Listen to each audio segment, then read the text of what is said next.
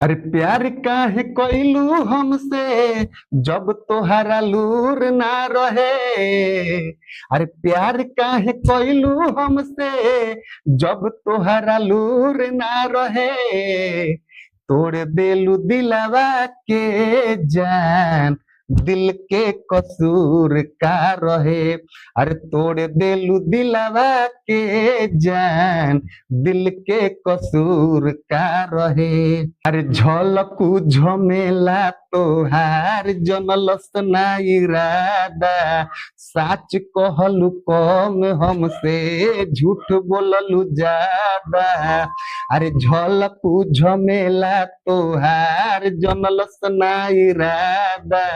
साच कहलू कम हमसे झूठ बोललू ज्यादा। धोखा देवे के तोहरा मन में जरूर रहे।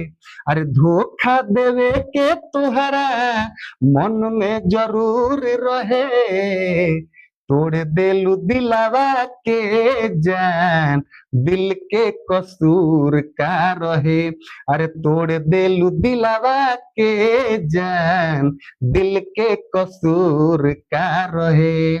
गाना रो लोग के क्वेश्चन लागल है, एक बार कमेंट सेक्शन में हमारा के राय विचार जरूर देव जा। और यदि रोरो लोग भोजपुरी सिंगर बानी तो भोजपुरी में हमरा से हर प्रकार के सॉन्ग लिखवावे के हमरा से संपर्क कर सकत नहीं। हमारा कॉन्टेक्ट नंबर रोरो लोग के देखी जा ऊपर स्क्रीन पर मिल जी। तब तक के लिए जय भोजपुरी जय बिहार।